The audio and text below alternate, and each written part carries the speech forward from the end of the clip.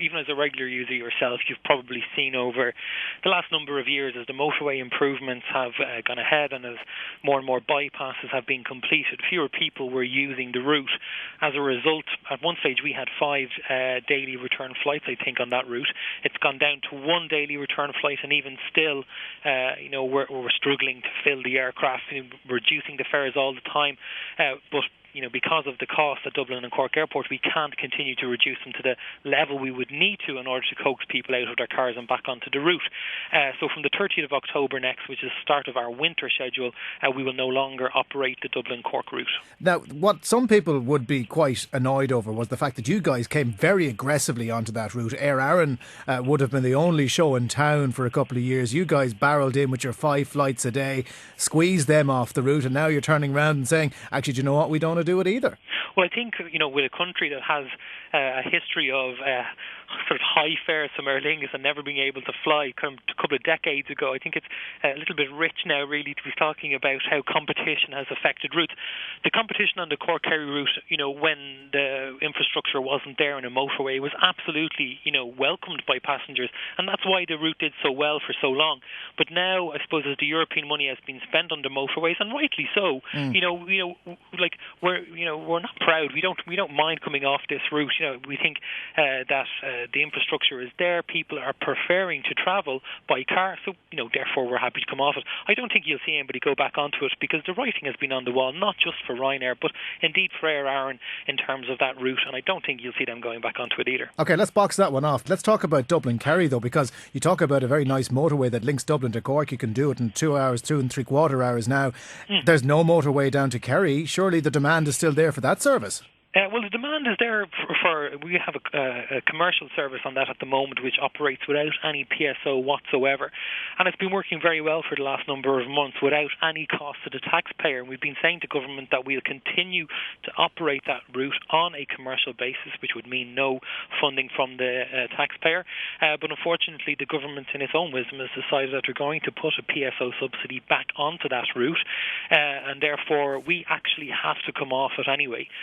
So from the 7th of September next... Hang on, you don't have to come off it. If it's commercially viable, you can do what you like. No, we actually do. The PSO will go on. It'll operate a number of times per day, and I think under European rules we have to come off it. On a commercial basis, it wouldn't work with a PSO on it anyway, so therefore we have to come off that route from the 7th of September. We'll do so, but we will leave the All-Ireland final weekend still in there because we do have a large number of bookings on the flights for that weekend. Well, they're definitely going to be using those flights. But this PSO route, why didn't you go for it? Surely that would be manna from heaven for someone like Ryanair. It helps your bottom line. You make extra money. It gets keeps your planes in the air. Why didn't you go for it? Well, we actually did apply for it, but we went on the basis that we had already said to government that we were happy to continue to operate on a commercial basis. But we knew that if the PSO was going onto the route, that only one airline could operate that route. So therefore, we did apply for the PSO.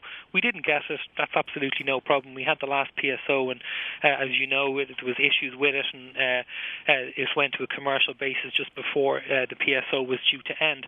There's public service obligation. Just to explain to people who are listening, this is essentially subsidised. It's subsidised. It's subsidised. Yeah, it's a European initiative whereby some regions are seen to require additional support, and it's gone through from government. The taxpayer ultimately pays for it. Okay. We operated for a number of years, and in our experience of operating, we said to government, look, there's no demand for these 3 daily services to Kerry. We'll operate on a commercial basis of 1 per day.